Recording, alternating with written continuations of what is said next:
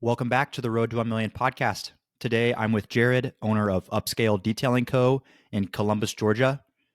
Jared has been a huge help in our business. He actually recommended the person that trained us how to do window tinting, and I've given him a call a handful of times to ask for help and guidance. So, huge thanks to Jared for that.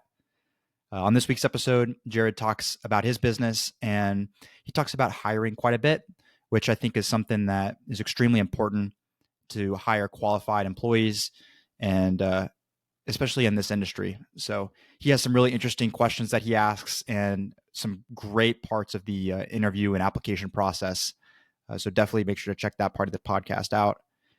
Jared's son was recently diagnosed with cancer, and so he's been having to deal with treatment for that. So my thoughts and prayers continue to be with Jared and his son and the rest of their family. I think building a business is in and of itself extremely difficult. Add having to care for a sick child, and I can't imagine. So huge thanks to Jared for just sparing his time and coming on this week's podcast. I hope you guys are able to find some kind of value in it. Don't forget you can use the timestamps in the description to skip ahead. And without further ado, let's get right into it. All right, today I'm with Jared, owner of Upscale Detailing Co. Jared, thank you for coming on the podcast. Hey Josh, I appreciate you having me on. I know we've been wanting to do this for a while, but we've had life hit us in the face a couple times. Yeah, But dude. I'm glad I could be on the show and help anybody that's listening. Yeah, of course.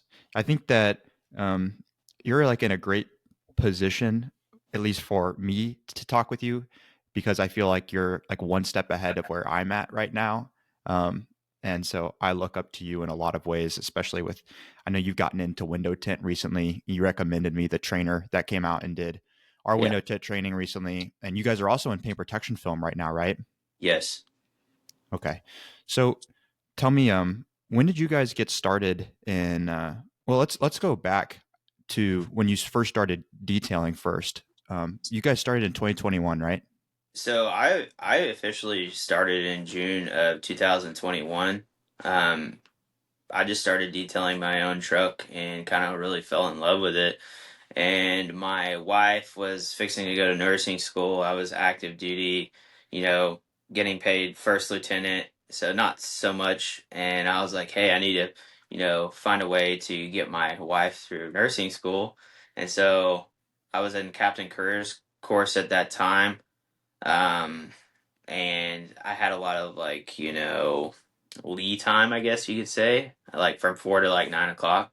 And so I just started detailing just basic details from 4 o'clock to 9 o'clock at night, and I did that 7 days a week. And then I was like, hey, knowing like the management skills that I have, I was like, I'm gonna have to hire some people to kind of, get this off the ground and supervise and kind of refine everything. But I knew that there was something bigger. There's like certifications that you can go get to help with your skills to become more of a professional. Just because my area, it's just kind of like people, they say they're detailers, but they're truly not. They don't know, what the chemical is going to do to the car, or what how to use their polisher correctly. So I really wanted to like figure that out to push us to the next level, if that makes sense. It does, yeah. What kind of training did you do up front to get familiar with that stuff? So there was a training in Atlanta, Georgia, through Rennie Doyle's training platform, the One Day Extreme Training. And then I was able to meet Brian Crosby and Michael Hill while I was there, because Mhm. they were some of the trainers, and then they recommended that I go to Big Bear, California, to Rennie Doyle's 5 day extreme training, which we did like 6 months afterwards. That was an amazing experience. Anybody listening to this, I highly recommend that training, both for business learning and then also to progress your skills. Because, as you grow as a company, you're going to have some kind of training platform to onboard people onto your company, and you need to ensure that they know what they're doing. Because when you get into this industry and start doing nicer cars, you got to know what you're doing, and your technicians do. Mhm. What are some big things that you learned from training that you're applying still today? So the biggest thing that I've learned with training, I think the single most important thing is setting expectations with your customers. Every time you do a consult, you need to reiterate what you can do for the vehicle. And then when they drop off, reiterate it again. And then when they come back, say, hey, this is the service that we did, and this is the outcome of it. So you're hitting three touch points. Because customers forget, man, they forget what they're getting. Because there's a lot of information that goes into what we do, especially when you're doing paint corrections and coatings. So you just want to set expectations. And another thing that really set us above everybody else in our area is like we truly knew how to use like polishers, like flex polishers, rotary polishers, DA polishers. Like we have a huge arsenal that most detailers don't, and we learned how to sand too to a certain point. So Mhm. yeah, man, that's kind of what set us apart. And then also one thing that we really learned at Rennie's was like, marketing your business, getting involved in the community, not just being a detail shop, but actually being a shop that truly values the community, like hosting car meets, helping out with local fundraisers, or there's a organization called Hope Harbor here in our town that helps victims of domestic violence. So we got involved in that and were able to host last year a major car show, and we helped raise over $12,000 for the community. So just stuff like that, like getting involved, is so crucial for branding your brand. Mhm. You want when people think of you, they want to think of the brand, not the person, if that makes sense. Yeah, and like trying to separate those two. Yep. Yeah. Now, one of the things that you mentioned there was being really good with a polisher and being able to know what scratches will and won't come out. Yeah. That's something that we have a pretty good grasp on, but we're not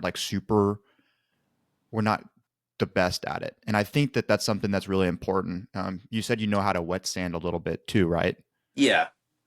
Yeah. So did you learn all that in in your training? And did they just kind of take you through like showing you, hey, here's how far you can go before you're like through the clear coat? Um, Yeah, so a lot of mistakes that detailers make, especially like with newer cars, dude, I would never do a sander on a new car. I just won't, because your clear coat is so low that you're gonna burn it. It's just you just gotta set expectations. What I tell people 95% of the time, unless it's a classic car, I say, hey, we're gonna be able to remove 70 to 90% of your scratches. Anything that catches with a fingernail is not going to come out. It's just not.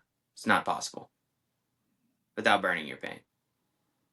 Now, there's people in this industry that have been doing training with wet sanding on classic cars. I actually want to go to that training just because I think we could open up a new market in our shop with that, because there's a lot of people that have classic cars that get bad paint jobs.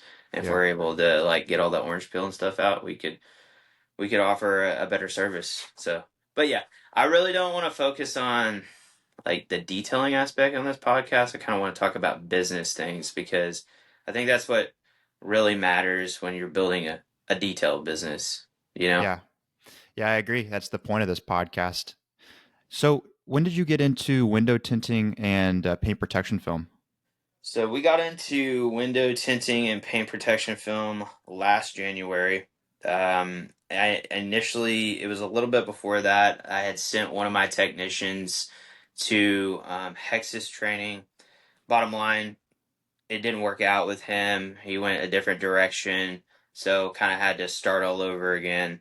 Um, you know, a lot of people don't realize this, but I was a company commander while running a six-figure business, and so I was managing 500 people while managing a team of five at my detail shop. So I couldn't. I couldn't really get my hands dirty until I got out of the Army. So January of last year, I was able to do internship with my buddy Josh Pierce up at his shop where I learned paint protection film and tint.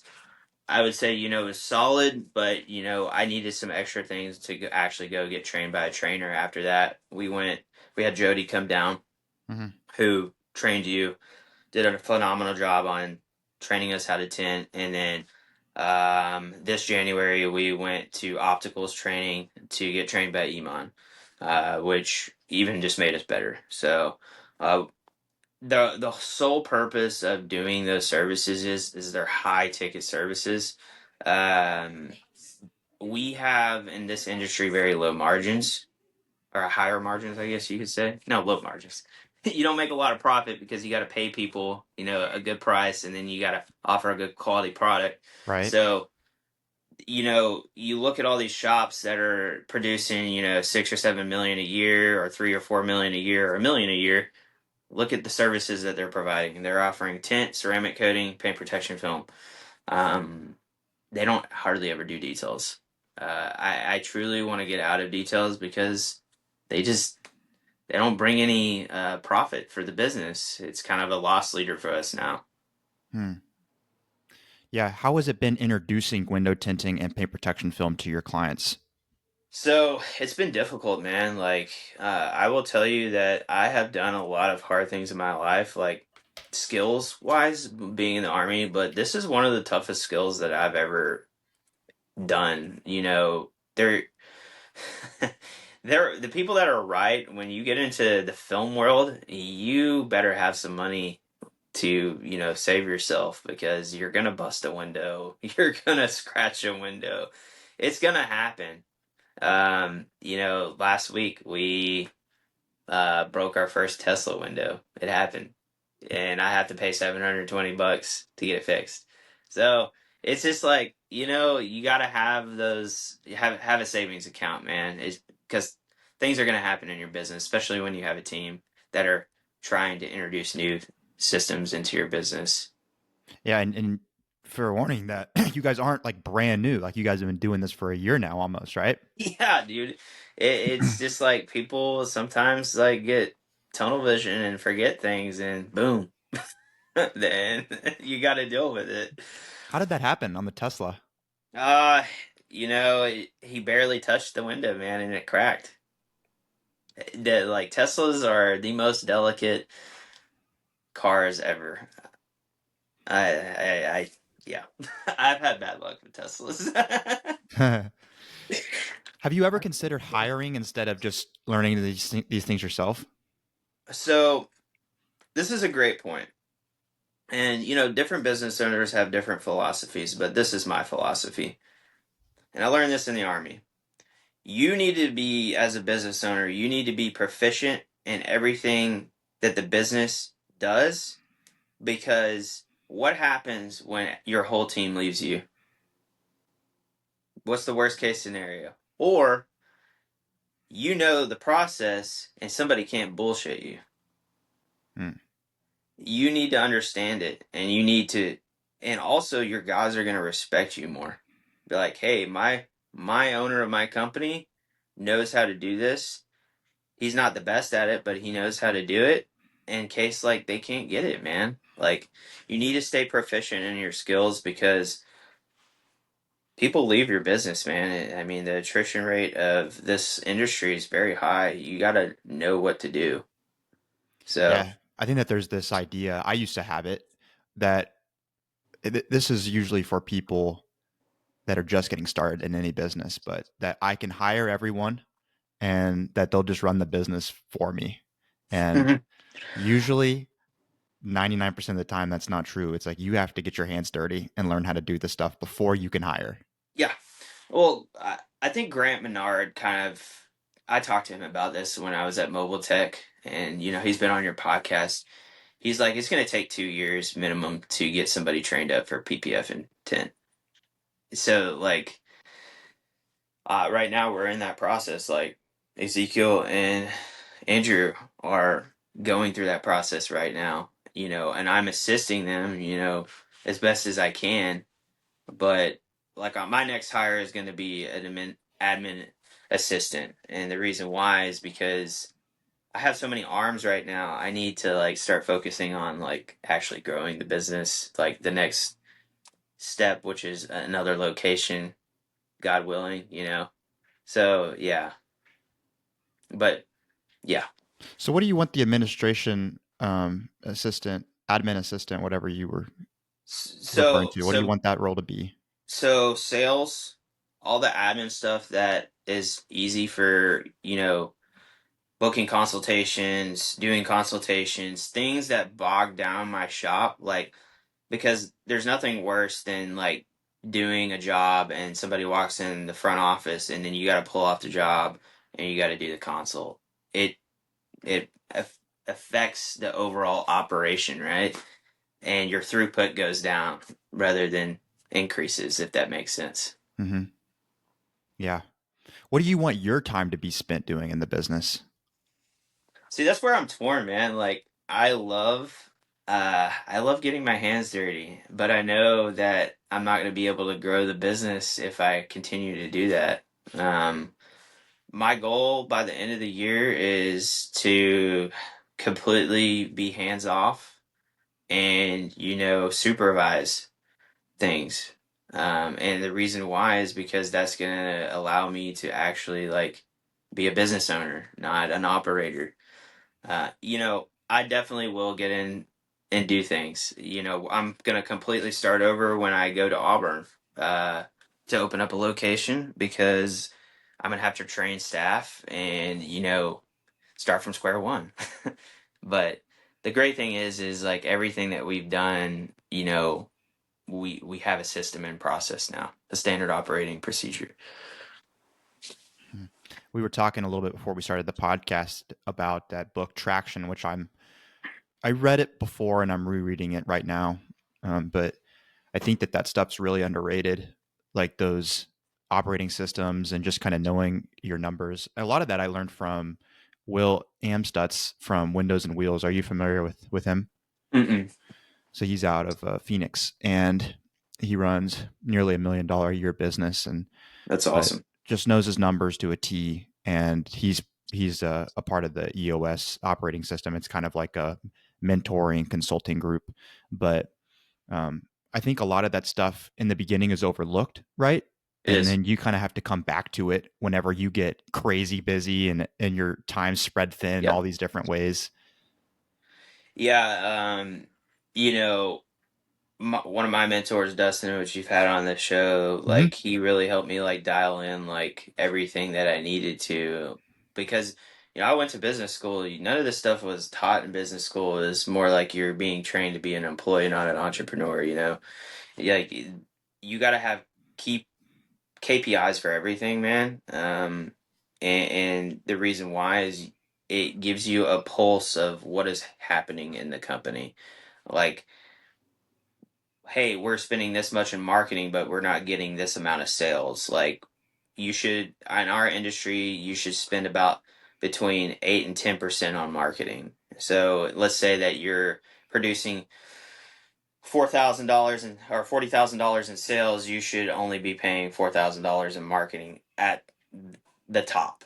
Sometimes you inflate that due to the season, like because you want to be proactive. Like we're gonna boost up marketing probably starting in July, so we don't get crippled in the winter months. Yeah. Yeah.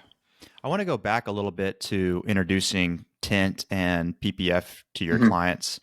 I know you said it's been difficult, but obviously that's something that you have to get reps in and you want to get experience because you want to be known as the shop that installs high quality PPF and Tint.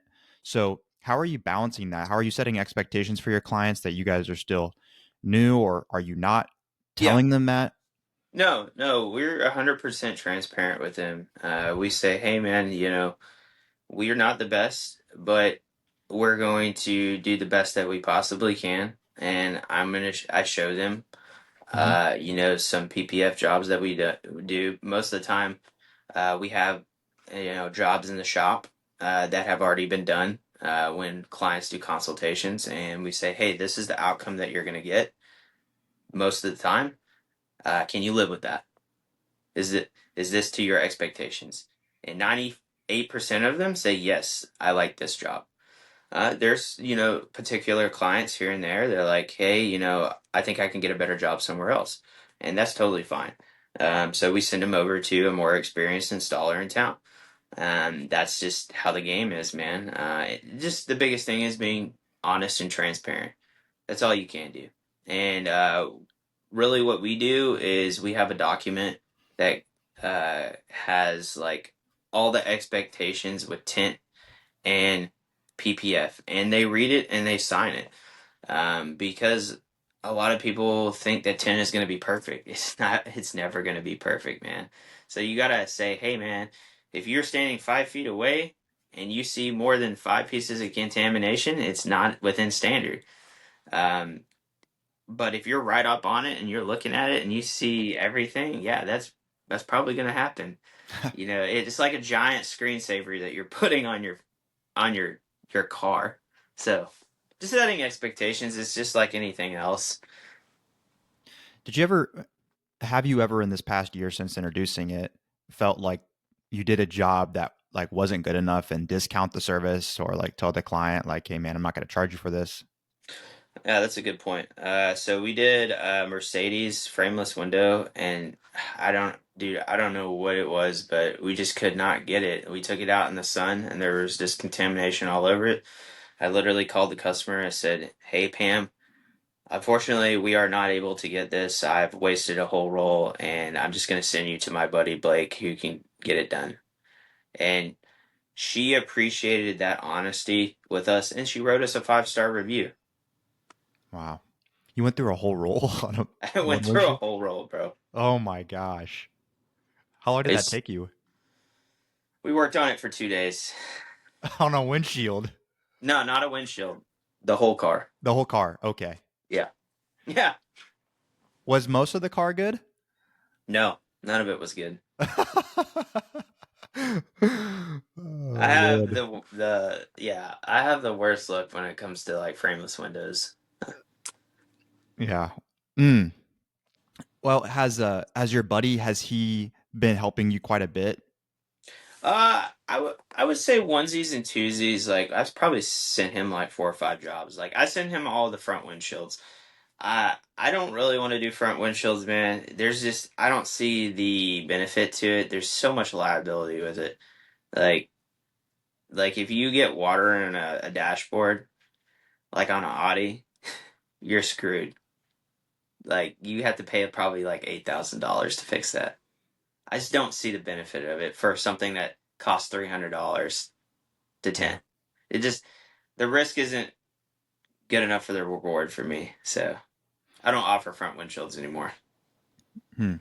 Yeah, we were having our attorney draft up a document that kind of goes over all the details, of like the contamination and then also like if there's pitting in a windshield Mm-hmm. that they agree that if they're having that tinted, that if it spreads or splinters, that they're taking that risk and they're okay with that. I just had that happen last week. So you're experiencing the growing pains right now. Yes, yeah. And then it's like, I well, will what do give I you do one with that? advice, man. Just don't quit.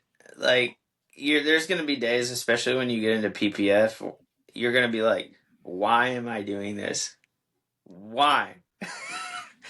But like, you just have to look at it like I am a percentage of somebody that's not doing this, because most shops don't do it, man, because they don't have the patience or they don't have the intestinal fortitude to do it. Hmm. And they'll say, "Oh, I don't like it," or something like that. No, they just don't want to do it. They don't want to do something hard. It's hard, bro. It's really hard. But the one thing I learned in the army, just don't quit, bro. You're gonna be all right. It's just repetition. Yep. Yeah. I mean, you look at some of these guys that are doing it and they've been doing it for, a few years and like they're great at it. And it's like, what's the difference between me and them? It's like they didn't give up and they just kept going. Yeah, exactly. So we can be like them too. There's usually nothing special. I mean, there's definitely, I think some people that grasp it better than others at first. Yeah. There's people that are gifted and there are people that are not. Typically, the characteristics of a tint installer and PPF installer are very high attention to detail. Um, they're artistic. They are an introvert. Yeah, these are all the things that you look for when you're hiring or one of your detailers is, detailing good. Like I definitely have a little prodigy that I think is going to be a great PPF installer. Hmm. He just doesn't know it yet. How many guys do you have working for you right now? I have two part-time and two full-time. Okay. And how did you find those guys? Uh, Hiring process, man. So, I'm a big case study guy. So, I want to share this with everybody that's listening because this took me so long to figure out. So, hiring people is extremely difficult, but once you find how to do it, it's not that hard. Um, so kind of go through our hiring process. The biggest thing is you need to have a good job description of what you're hiring for, and you need to set expectations. The big thing with us is like, hey, the first job that you're going to have at our business is you're going to be a prepper for all our details and ceramic coatings. And then um, another qualification is you have to pass the drug test. Another qualification is you have to have a driver's license and you should be able to drive. Um, and then did I say background check? You have to pass a background check. So that kind of weeds out the riffraff, right? And I know in our industry, a lot of people, they smoke weed. I get that. But like, I don't want it in any part of my business. It's just not going to happen. Because you're going to attract the wrong person with that. So once we have the job description in, we're going to post it on Indeed. Let's say that you get people applying for the job. The biggest thing is you got to understand how to read resumes. Before I got in this industry, I was a hiring person for my battalion commander, so I read a lot of resumes. Like typically, you can tell the people that have attention to detail based off their resume. It's all lined up. All the dates are lined up. You have bullet points that are quantitative, and let's say that they have 3 bullet points in one job, they have 3 bullet points in the other job. Okay, those are key signs. And then let's say that you find that you give them a call, say, "Hey, Marcus, why did you apply for this job?" And if they say, "Oh, I'm just looking for a job, I'm trying to make money," not the person for you. It's just not, "Hey, thank you for your time." Now you call somebody and they're like, "Hey, yeah, I've been following your business for a while. I'm really passionate about cars, and like I just want to get in this industry because I love it. Like I just want to learn more." That is somebody that you want in your business. Um, Now the next step is, so that's just like one key thing. The next step is, all right, Marcus, that's awesome. I need you to do a couple things before we can proceed to the interview. I need you to send me a video of what you're passionate about and why. The second video, I need you to, and you can tailor this however you want. Ours is a little weird. I say, hey, can you send me a video explaining how to remove a tire? And the reason that I do that is because I can see how their brain operates and how attentive they are to the details of that. If they just breeze over it, then they didn't put any thought to it. Okay? Now, the next thing is if I like that, I'm like, "Hey, all right, so we're going to do an in-person interview. It's going to be with me. Um we're going to focus on in that interview managerial questions, decision making questions, integrity questions, personal financial questions." And the reason that you want to do that is because you can gauge on how responsible that person is based on the answers that they give you. You typically don't want to hire somebody that is in a financial crisis. the big thing, the way that I would, if I would hire somebody is if they have good integrity. You can't ever like get past like an employee that has good integrity will and can like be trainable is one of the best employees you want to hire. The next thing is if they do proceed to that next interview, you need to find somebody that is a trusted member of your team. It could be your wife, it could be even your current employees to interview them. And the reason why I say that your current employees is because if that person doesn't get along with your team, they're never going to succeed in your business. So you need to make sure that the team has a good warm and fuzzy, like, hey, I like this guy. I think he's going to do good within our culture. Um, so that's something that we do. And, if the team, likes him, or, your wife interviews him and says, hey, that's I think he's going to be a good fit. Our next step is drug test and background check. If they do all that, they get on and they're on a 90-day probation period. And the reason why is because you have to train them. You have to train them from start to finish on expectation management. And then at the 90-day period, you test them out. And if they can't pass the test, then they shouldn't be a part of your team. And it should What's be that test measurable. look like? It's hands on.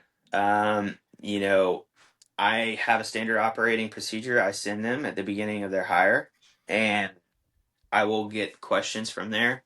And each session, interior detail questions, exterior detail questions, paint correction questions, application of ceramic coating, how to use Urable, all these different things. I spend about 30, 40 minutes, but if they get a score below an 80, they get one retest, and if they can't, pass, then they're just not meant to be at upscale. Hmm.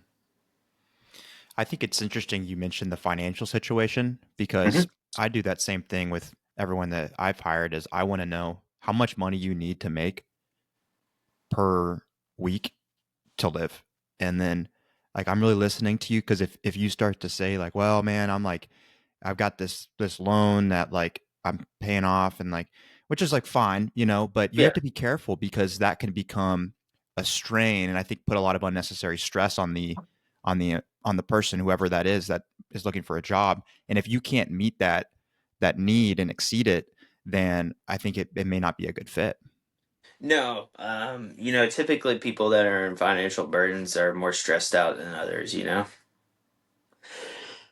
Excuse me. So you just, you need somebody that's passionate about the work, that is going to come to work, that's happy to come to work. You don't want people that are low energy, low vibe. You want, this just sounds weird, but you want thoroughbreds, not quarter horses, working for you. Yeah, I like the tire thing too. Asking him to change a tire and send you a video. Yeah, dude. Like literally, you know how many applicants that's weaned out, and I don't have to waste my time. Like our previous hire, he was the only one out of like 20 people that sent it, and I'm like, that's because he wants the job. Yeah, All the other was just like, I'm just looking for a job. They weren't serious. yeah. We did a similar thing when we hired our virtual assistant Yeah. who helps with our video editing, where we had 200 applications, and this was most of these were on filipinojobs.com. So it was all people in the Philippines, because this is a job that can mostly be done remotely. Um, and I'm sure Lorraine's listening to this right now, who's our VA, and she's amazing. But she sent in a video, like we asked to take a collection of clips and send us in a video, like a finished product, and we could kind of tell from there like which ones we liked, which ones we felt like were overly edited, and hers was right on the money. And then we What is your interviewed her. virtual assistant doing, if you don't mind me asking? Because I don't know, I'm like torn on getting one, or because I kind of want that interaction, but tell me your experience with that. It's been amazing. She helps with the podcast. She helps with finding guests for the podcast. Okay. We edit the videos, or she edits the videos, but we record the videos and then upload them, and then she edits them. And so usually we'll kind of tell her what we're looking for out of the video, but sometimes we'll just ask her to get creative, and she has great critical thinking skills, which is one of the most important things I think for us when we were hiring for that role. Not someone that can just do what they're told, but someone that can critically think and be creative. um, Yeah. and so she's really good at brainstorming ideas, and she's always texting us. We have like a Google Doc where she puts new ideas for content. Yeah, So like your videos are killer, bro. Like, thank is you, man. she actually editing those? She is. Dude, she's doing a phenomenal job. Like, I see your social media. I'm like, okay, this is good. Like, he's either paying somebody a lot of money, or he's just really good at editing. And like a lot of that's just been doing it for 28 weeks now is how long we've been doing this for. And then I feel like it sucked at first and then just getting a little bit better, just like Yeah, PPF and window tint. 1% better every day, Yep. as Iman says. And we still put out stuff that's trash, but I mean, it's not as trash as it used to be. Yeah, I know what you mean. Yeah. And I'm in my head about it a lot too, which is something that I think you have to get out of, is like stop thinking about it so much, because like everyone watching you isn't going to be thinking about it like you're going to be thinking about it. No, and I totally agree. And I'm the same way, man. I'm my worst critic. I always beat myself up. I'm like, why aren't we exceeding these things? Like, I always want to achieve more than what I'm achieving. But sometimes you have to look around and see, like, dang, like we've done a lot in the last 4 years. Yeah. So I wanted to ask you. So, one of the things you mentioned in the app or interview process for a new hire is when you call them, that tone of voice. Whenever you call them, like, are they like, "Oh yeah, hey, yeah," and I remember filling out that application, like, "Yeah, what's up?" Versus the guy that's just like, "Oh yeah, yeah, I'm just looking for some side money right now." Do you feel like that also applies for people interested in your services, like PPF and tint and ceramic coatings? 1,000%, dude. I can gauge from the moment somebody gets on the phone if they're going to even come in. Like, because we answer phones all the time, man. People that are like, "Yeah, man, I saw your ceramic coating. I'm really interested in it. Can I come in?" And I'm like, "Yeah, come in at like 2 o'clock today." Or the ones that are like, "How much does it cost?" And I'm like, "Well, that depends on what you're wanting to get." Those people that are constantly like asking about price, they're 90% of them are not going to book. They're just not going to book because they're window shopping. They want to get the cheapest price for the best quality, but that's never going to happen. So So how do you deal with those kinds of people? Like when you can tell pretty quickly that their tone's just not there. I mean, obviously you don't want to like fully just check out yet, but right, I try to educate them as much as I possibly can. Um, and before I even talk about price, I educate them. And I say, hey, this is our starting price. The best thing for you to do is just to come in and meet the team. Let us take a look at your vehicle. Like, because I always use this illustration. I said, would you expect a mechanic to, you know, give you a quote over the phone, or do they need to diagnose it? Or the same with a doctor. Would you expect a doctor to tell you the price of your surgery? No, you wouldn't. So just come in. Let us assess your car. yeah, you may not even need surgery. Exactly. I actually had that happen yesterday with a girl that was like so busy and she was so scattered. And she's like, I just don't know when I'm going to be able to get it over there and get in. And she claimed she had dog scratches on her Honda Ridgeline. And I said, well, that could be deep and that might not come out. Um, hmm and she's like, well, I took it to a body shop and they told me that it would all come out. So, and I'm like, well, I can tell you a worst case scenario. It's probably going to be $2,500. And she's like, oh my gosh. And I'm like, yeah. And I'm like, but it might not be that much if it just needs like a one step polish, right? yeah. Um, but I was like, that's where we would like to see it. And so I feel like we made a little bit of progress, but still was like one of those clients, like the person that filled out filled out an application sent in the resume, and then you called them and was just like, yeah, I'm just looking for some side money. It's kind of the same deal. Yeah, it's hard, man. Especially when you're in an environment that's never experienced like this top tier of service. Like where we're at, man, is like we have two like shops in town that do the things that are equivalent to us, but I think they haven't really educated people during their line of time. So people don't really know what ceramic coating and PPF is, or even ceramic tint around here. We're constantly educating people, and I think that you can do that with like the marketing strategy that you're doing. Like we're constantly like saying, hey, ceramic tint is, used for heat rejection. I don't even sell carbon tint, bro. I don't even think it's like useful to be honest for our customers that come into our shop. We basically have all like business owners and veterans. Like so they make pretty good money. It's just hard to like sell a top tier product to somebody that doesn't need it. Yeah. So you mentioned you're spending quite a bit of time like educating and kind of guiding your clients. Um, and I know you had mentioned that you set up a few like consultations and possibly looking to hire someone that just kind of helps to manage that. So is that a pretty big part of your education process? Is like bringing people in the shop to explain and show these high end services? Absolutely. I would say like we don't ever book a PPF or ceramic coating job without a consultation. I've only done one over the phone, and that was like it's never happened. It's just that's the process, man. Like it's our kind of our standard operating procedure.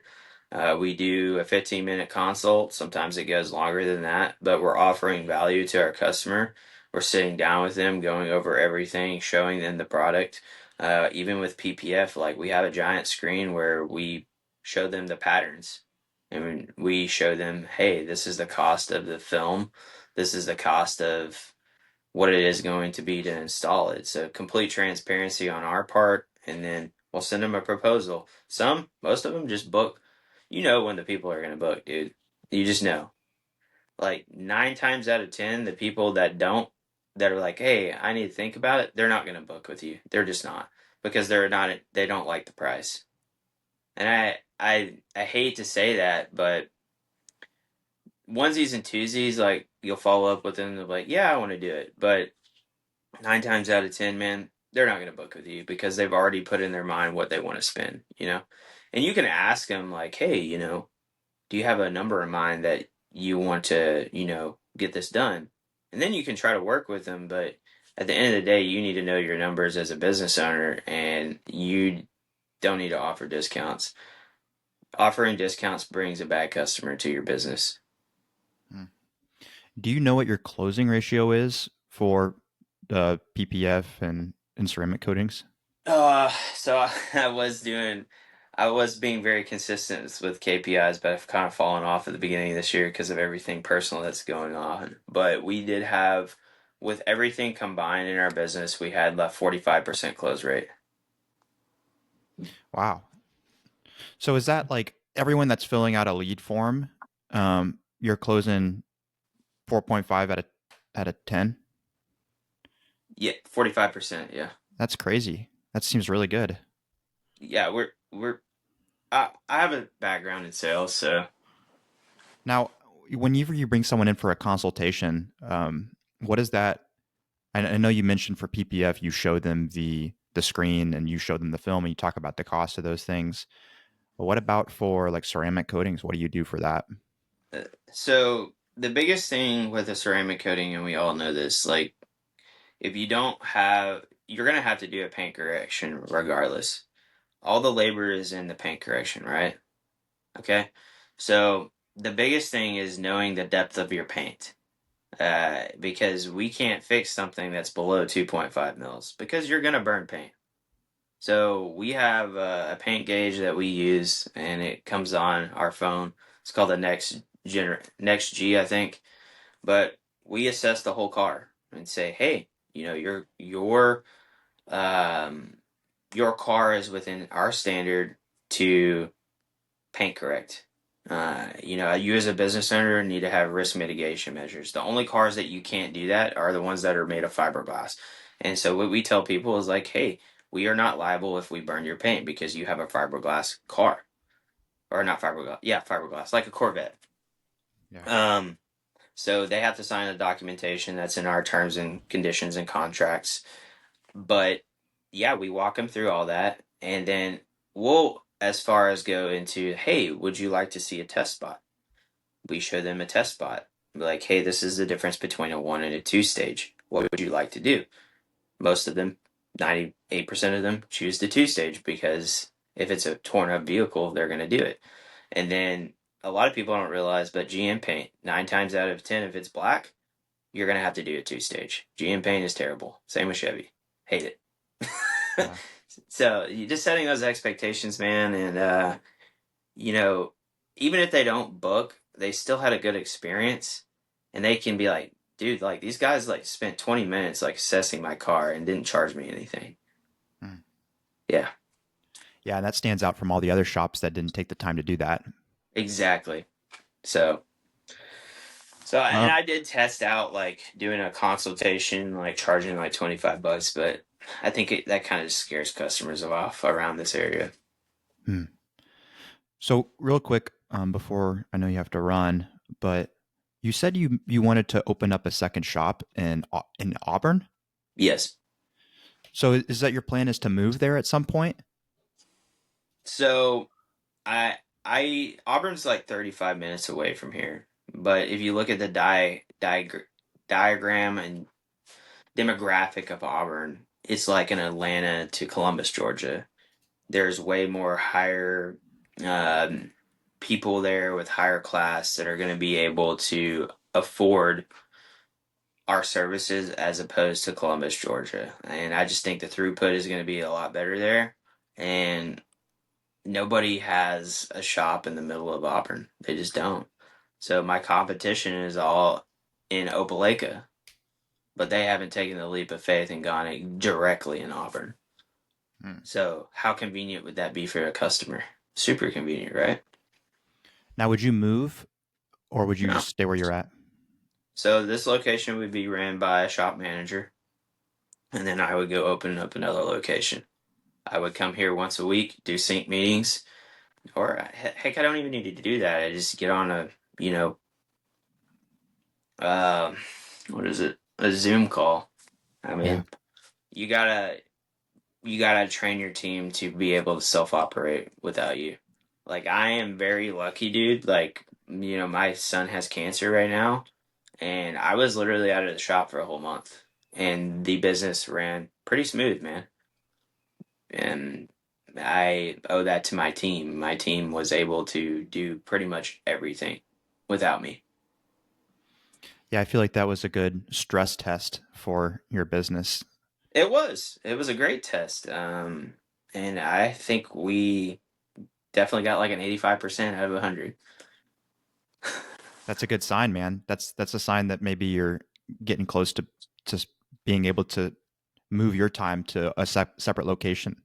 Yes, I think we just need to fine tune like the Tint and PPF a little bit more because Ezekiel's getting better at installing, Andrew's getting better at Tint, and then once Ezekiel is good, we can just bring in another person and he can like assist him like I've been assisting him on laying film. Hmm. So Are you guys doing PPF and tint like almost every day? no, Tint like last week we did 5 full tent jobs last week. This week's like 3 full tent jobs. PPF is like hit or miss, man. It's like maybe it comes in like spurts. It'll be like 2 full fronts one week, the next week nothing, then 2 full fronts the next week. Yeah, it's it's a hit or miss. Ceramic coating is our most sold thing in paint correction. Hmm. Well, I want to be respectful of your time because I know that you got to get back to it. But we'll have to do this again at some point, and we can talk a little bit more about some of the other things that we didn't get to cover today. What's one question you want to ask? Hmm.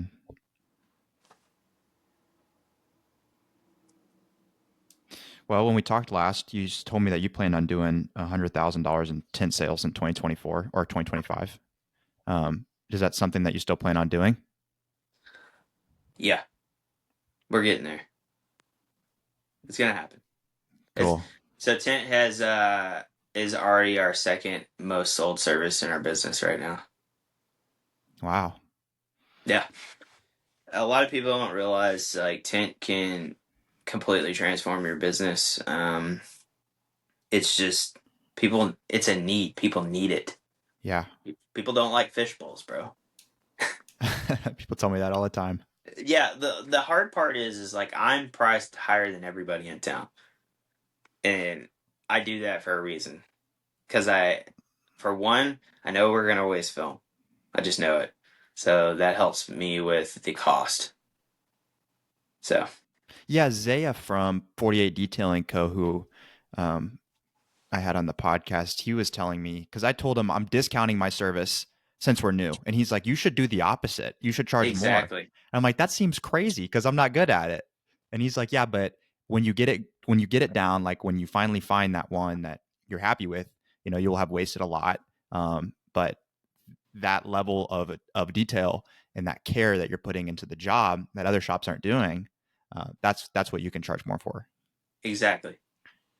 And we've actually got a guy. I took your advice for it, which I think something that everyone that's training to do tint or PPF has to do is find a guy that is local, that's like not super busy, that you can call upon to help you. And so Yes, I found a guy, and he's actually going to start coming like one or 2 days a week just to our shop to kind of help.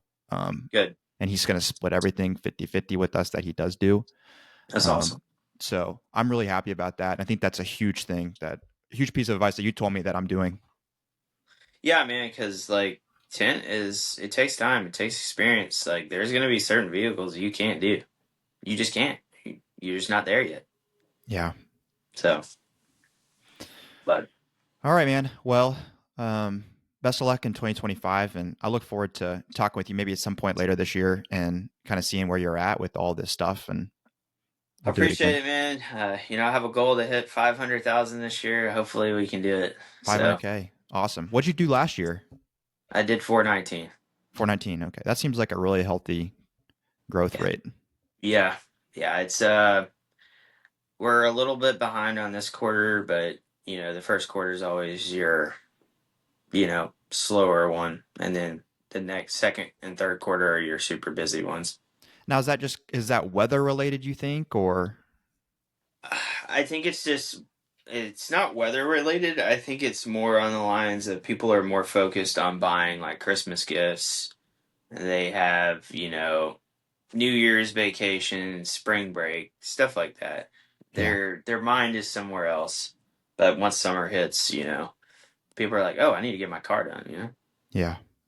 Yeah. That too. Weather probably plays some sort of a part. Like the pollen. We're in pollen season right now. It's terrible. Yeah. And then the heat with window tinting obviously is a huge Yeah. thing. Yeah. Hmm. Well, hey man, I appreciate it. Thanks for having me on. Yeah, man. Of course, I really appreciate you sharing, and I hope everyone listening could find some kind of value from this, and I know I sure did. So thanks again, My Jared. my one advice for people listening, just don't give up, man. Just keep going and get better every day. That's all you can do. Well said. Cool. Yep. See you. See ya.